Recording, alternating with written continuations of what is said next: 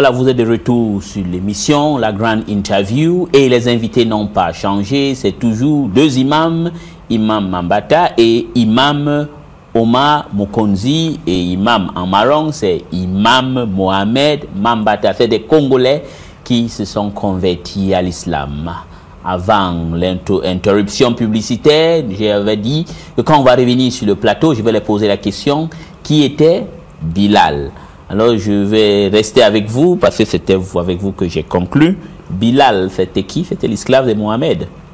Bilal n'était pas l'esclave de Mahomet. Et Bilal était parmi les premiers négros qui avaient embrassé l'islam dans l'esclavage. Et il était affranchi par le premier calife de l'islam, Abou Bakr Siddiq, qui avait suffisamment de moyens à cette époque-là. Et il avait mis tous ses moyens au service de l'islam. Et c'est lui qui avait affranchi Bilal. Et c'est pour vous montrer, même à partir de cela, qu'il était le muezzin du prophète Mahomet.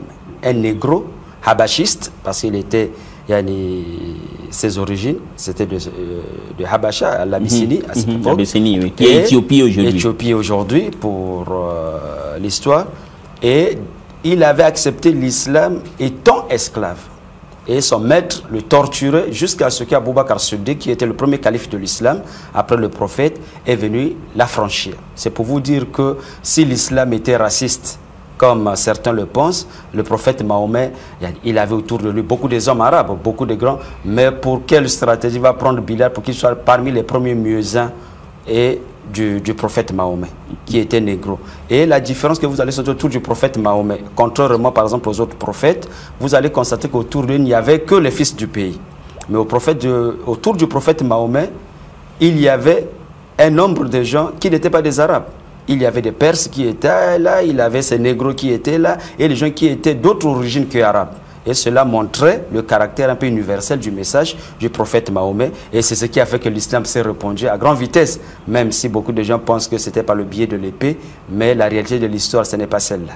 D'accord, donc vous avez un peu précédé à ce que je voulais poser, donc je ne pose pas cette question. Bon, je vais rester avec vous, Imam Mambata Mohamed. Votre collègue vient de dire que l'islam, bon, est tolérant, mais je vais vous citer deux pays en Afrique de l'Ouest. Il y a la Mauritanie et le Mali et le Niger, donc trois pays. Dans ces pays-là, par exemple, en Mauritanie, il y a deux groupes de Mauritaniens, ils sont tous musulmans, en majorité. Il y a deux groupes de Mauritaniens. Les Haratines, qui sont morts, mais qui sont majorité, et puis il y a ce qu'on appelle les Beïdan, donc les Mauritaniens qui sont un peu de teint clair, donc il veut dire les morts blancs.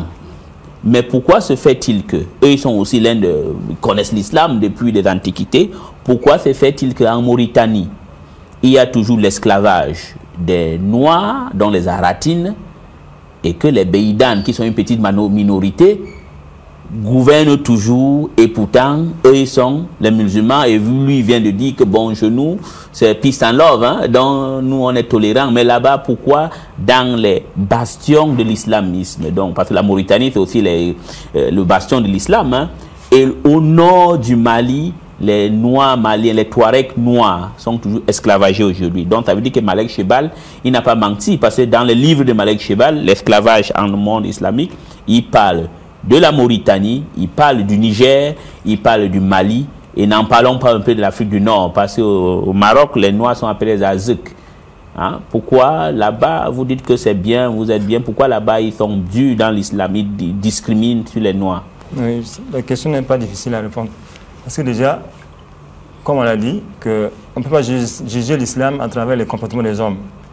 Pour juger l'islam, il faut plutôt faire recours aux sources. Déjà, si nous voyons ce qui se passe dans les pays que vous venez de citer, c'est pour dire qu'il y a plus une influence de la coutume ou des traditions sur la religion.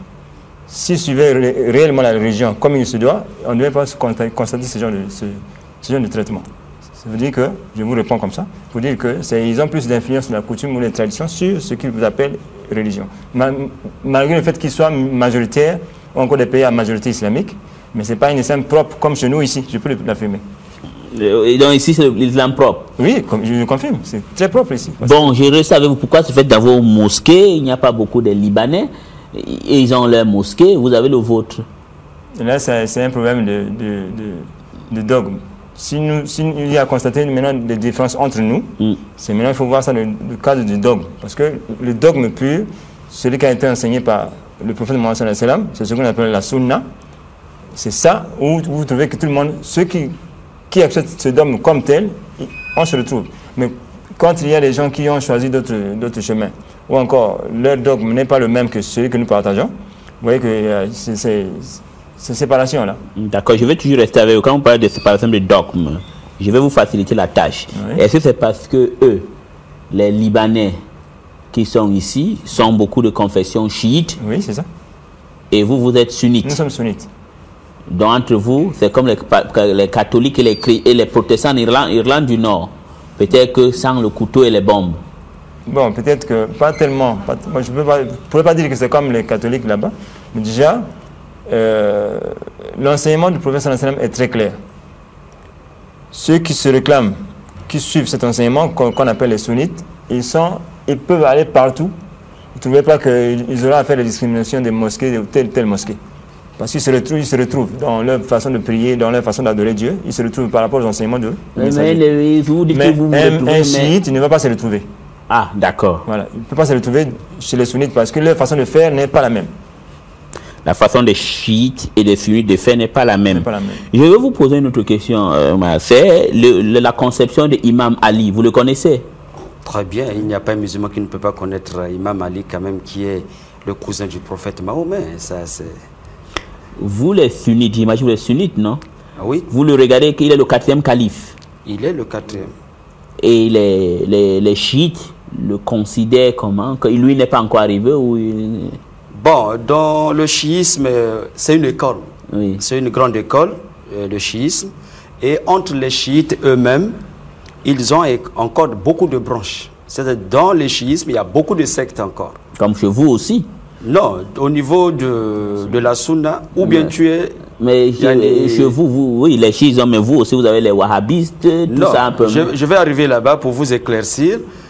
Pourquoi lui il refuse carrément? Hein? Il ne veut pas qu'on parle de ça. Mais ici, non, on parle va en parler. Ça, c'est sans tabou ici. D'accord. C'est sans tabou, M. Smith. Oui. L'école chiite, il y a beaucoup de branches. Et eux-mêmes, les chiites, ils ont des considérations que les autres n'en ont pas. Il y a d'autres qui considèrent Ali comme étant même Dieu, selon certains groupes de chiites. Ça, je vous donne l'information. Je sais que vous faites beaucoup de recherches. Si vous rentrez, vous allez voir. Et il y a d'autres qui vont plus chez Hussein, qui est le petit-fils du prophète.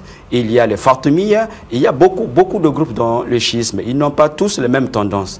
Mais seulement, nous disons que le fait que Ali soit le 4e calife, ça ne devait même pas poser de problème, puisque déjà, à l'époque du prophète Mahomet, et dans les enseignements qui sont rapportés, il disait que la meilleure personne après moi c'était Abou Bakr, et la meilleure personne qui vient après Abou Bakr c'était Omar ibn Khattab, après Omar ibn Khattab c'était Othman ibn Affan, et après Othman c'était Ali. Ça c'est des choses qui étaient consensuelles déjà même à leur époque. La preuve en est que le prophète n'a pas désigné directement un successeur, mais à travers les actes qu'il posait vis-à-vis d'Abou Bakr Siddiq, c'est ce qui a fait qu'après la mort du prophète, les gens, par conséquent, ont dit que mais déjà nous avons vu du vivant du prophète, s'il s'absentait, il demandait à Abou Bakr de gérer les hommes, et chaque fois il se convertit. Donc alors, c'est comme ça qu'ils ont décidé de choisir Abou Bakr comme étant le 2e calife. Donc cela ne devait même pas poser un problème.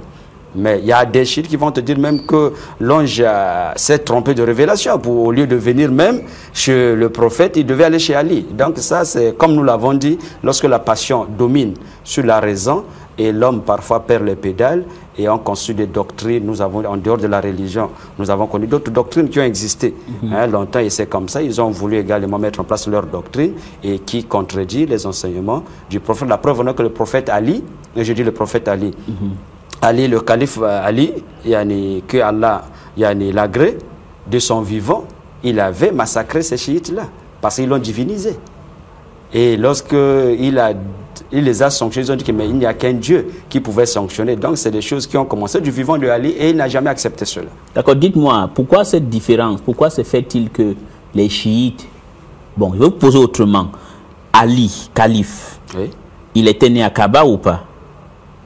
À Kaaba, c'est-à-dire? Kaaba, c'est pas... Non. Kaaba, c'est la maison antique. Oui. C'est une maison antique, c'est un temple de prière. Oui. Ça n'a rien à voir avec tout cela. Il n'était pas là-bas. Il n'était pas né dans la Kaaba.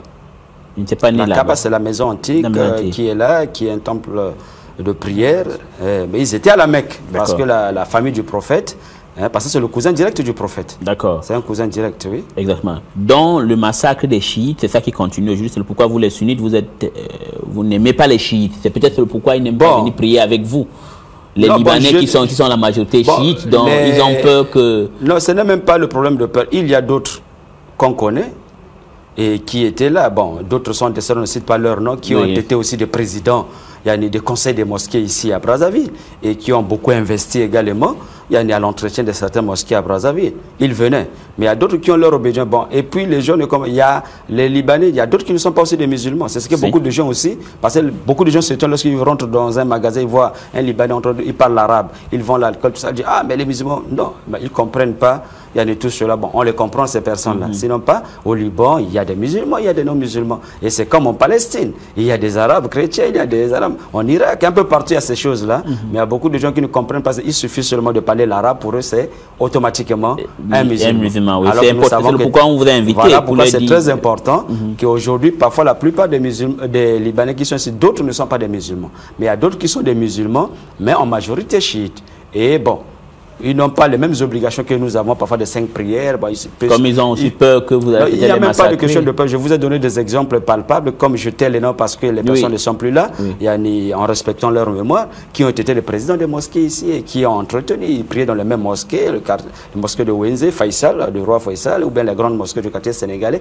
Et aujourd'hui, il y a d'autres Libanais qui sont avec moi dans la mosquée, par exemple, qui viennent prier. Il n'y a même pas de problème pour cela. Donc c'est les Libanais qui sont sunnites? Non, bon.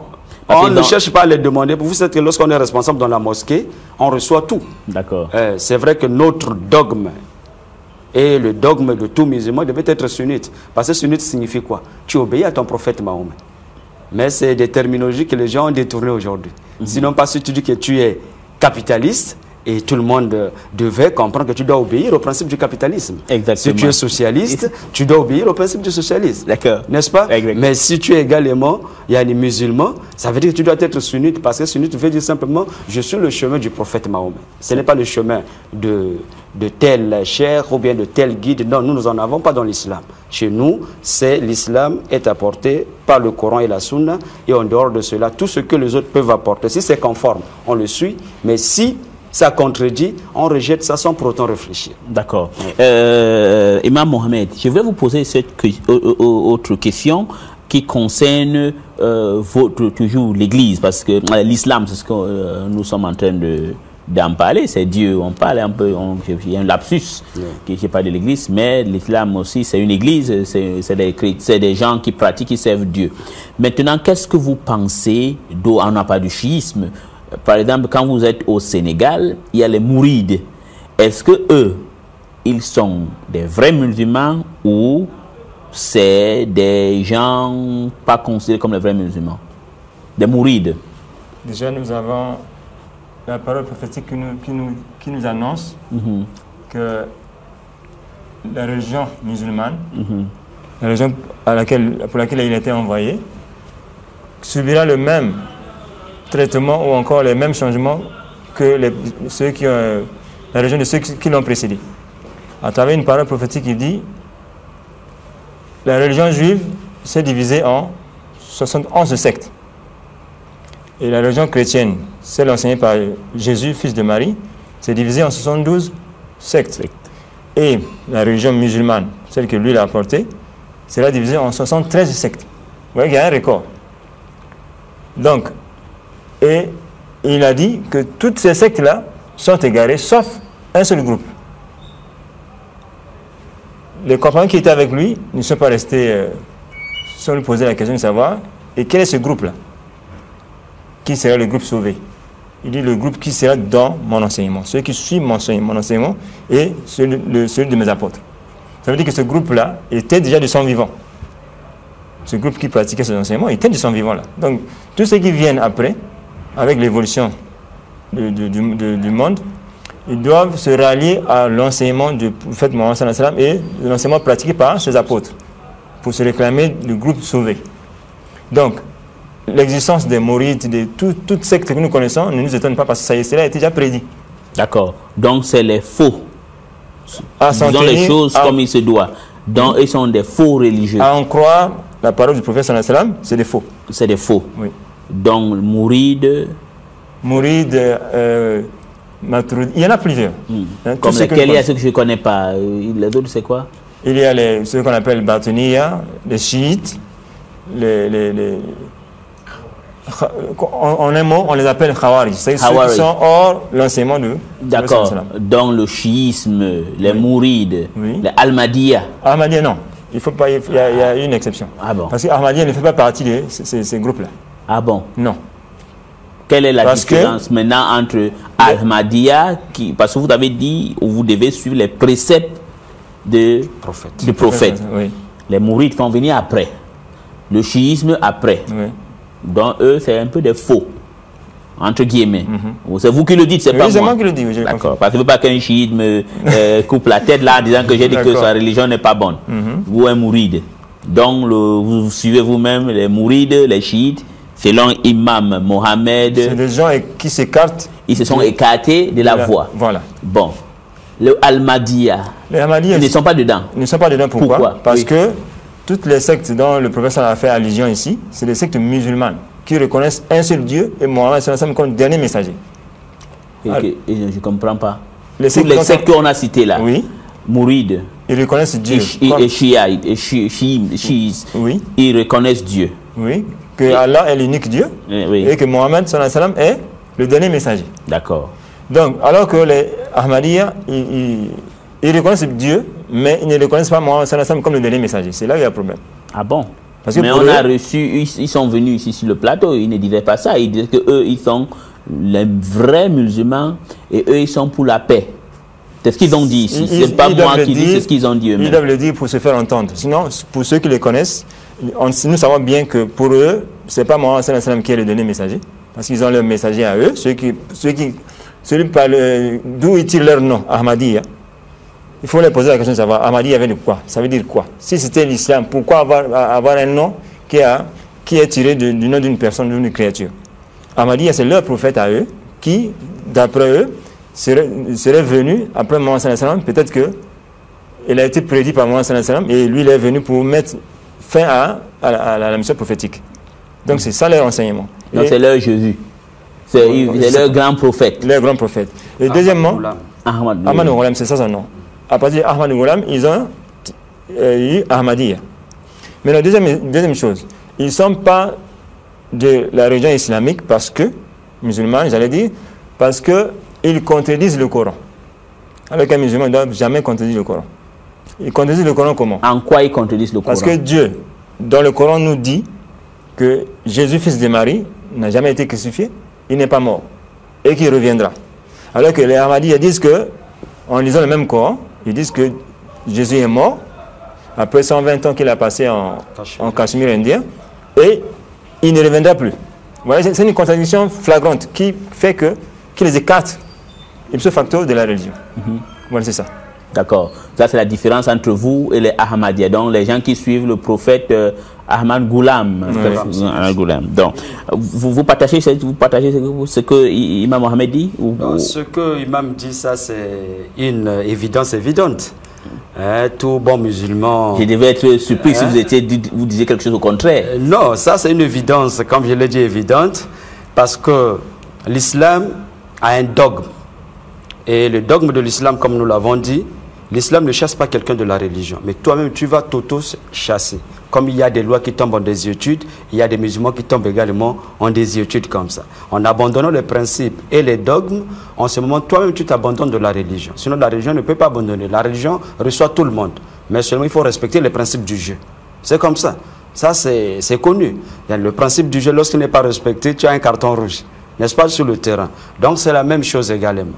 Au niveau de l'islam, il y a des principes qui sont sacrés ou d'autres principes, on peut connaître pourquoi et d'autres ne connaissent pas. Mais c'est ça le propre de religion. La différence de la religion et de la philosophie, c'est le sacré. Parfois, on te donne des choses qui peuvent parfois dépasser ton entendement, mais par ta foi, tu l'acceptes. sans réfléchir. Contrairement à la philosophie où c'est le logos, tu dois raisonner, n'est-ce pas? Donc vous êtes en train de dire, par exemple, les Ahmadiyya sont des philosophes alors? En réalité, vous avez compris facilement. Ça, c'est des mouvements politiques. C'est des mouvements politiques qui sont nés à la suite de la colonisation britannique et leur chef était un de ces mouvements-là soutenu par la Grande-Bretagne. Il y avait la foi Baha'i soutenue par l'Union soviétique et ces mouvements-là, il y a eu de résistance pour essayer de faire. À la fin, ils sont devenus des mouvements religieux et nous connaissons un peu la réalité de l'Inde. Vous savez, ces pays-là, l'Inde, le Pakistan, si vous n'avez pas la maîtrise de ce pays-là, il y a beaucoup de choses. Il y a dans ce pays-là qui parfois dépassent l'entendement de l'homme. Et les Ahmadiyya sont sortis de ce mouvement-là. Mais seulement le grand problème, comme l'a dit, que pour être musulman, d'abord, il faut attester qu'il n'y a qu'un seul Dieu.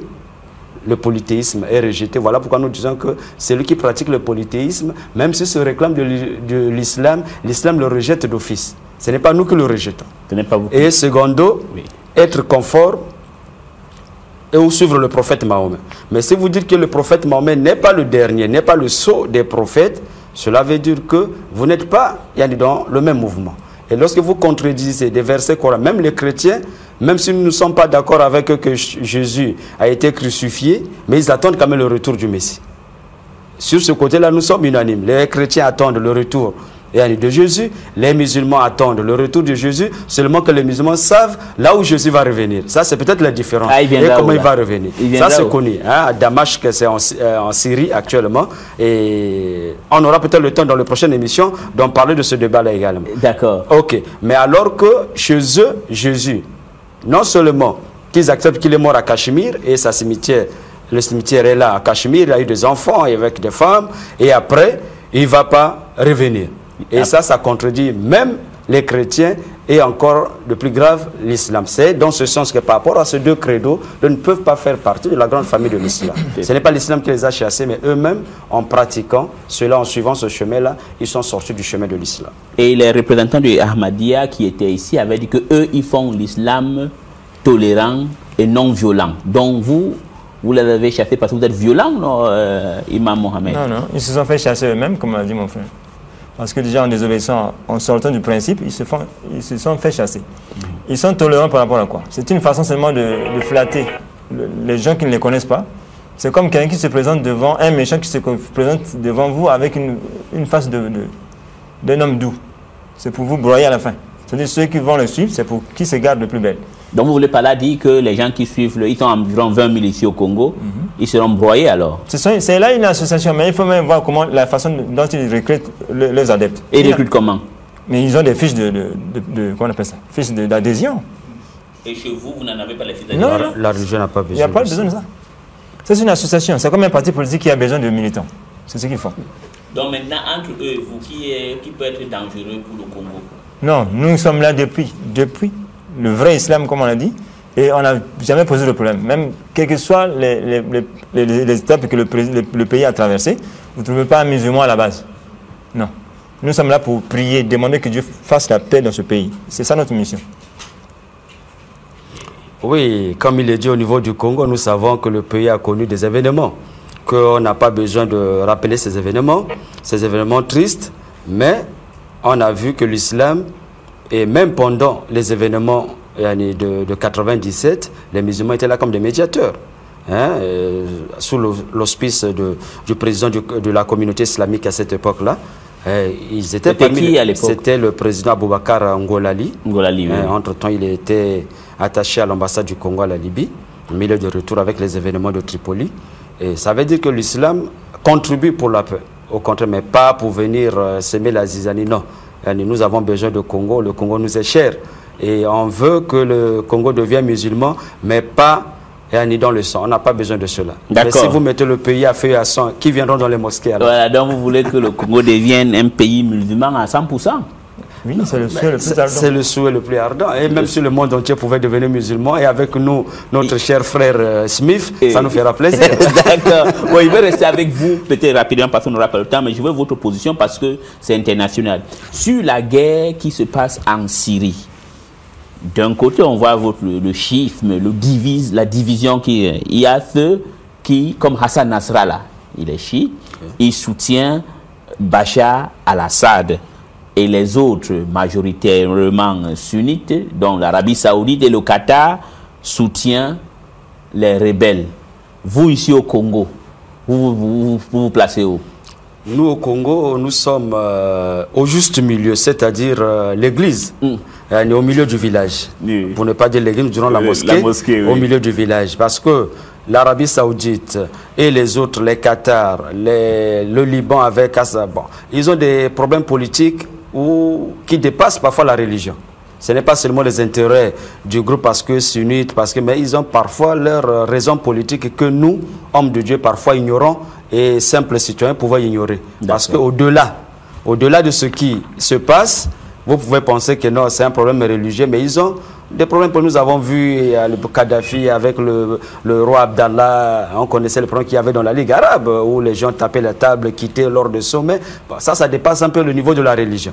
Donc, au dehors de ce problème chiite, sunnite qu'on peut penser, et alors les occidentaux qui s'y mêlent, qui prennent part, ils sont dans quelle obédience? Il n'y a pas un sunnite en France ni sunnite aux États-Unis. Voilà. Est-ce que Obama est sunnite ou bien il est chiite? Non, ça c'est pour vous dire que le problème dépasse le degré de la religion. Ça, c'est un problème politique et les politiciens, ils ont leur politique politicienne auquel nous, on est là, on prie Dieu que la paix, que Dieu touche les cœurs des Syriens afin, ce qui les unit est plus important. D'accord. Leur patrie, leur nation, c'est plus important. Les Américains vont les soutenir, les Saoudiens sont en paix, les Qatarois sont en paix et ils sont, les femmes, les enfants meurent.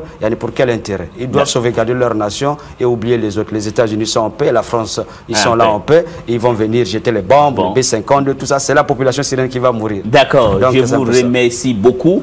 Vous avez vu, chers téléspectateurs, que c'était une émission didactique pour parler de l'islam, leur point de vue ici au Congo et aussi sur la politique internationale. Donc, ne quittez pas, restez et suivez les émissions de la chaîne de l'excellence MN Television. À vendredi prochain, s'il plaît à Dieu.